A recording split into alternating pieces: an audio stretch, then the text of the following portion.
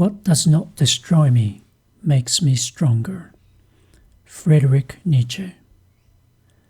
Faced with the likelihood of disease, disappointment, and general hardship, we are limited in our choice of responses: denial, acceptance, or avoidance. Most, it is fair to say, choose the latter option.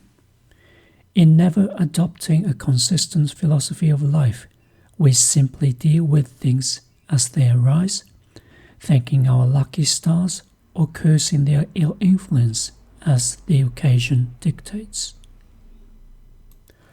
Philosophers are generally more systematic.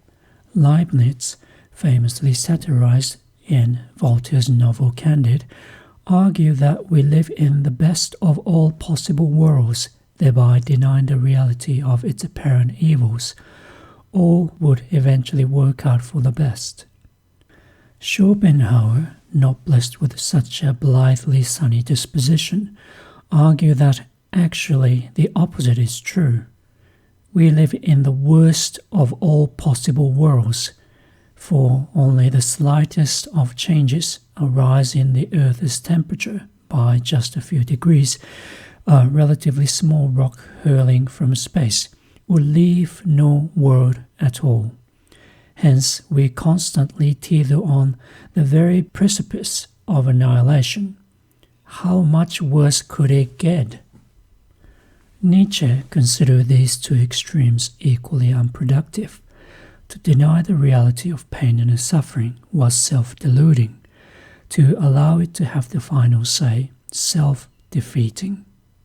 But what if we welcome it, not as a trial for heaven yet to come, where everything's balanced out, nor out of some perverse need to revel in our own misery, but rather as a test of true positivity?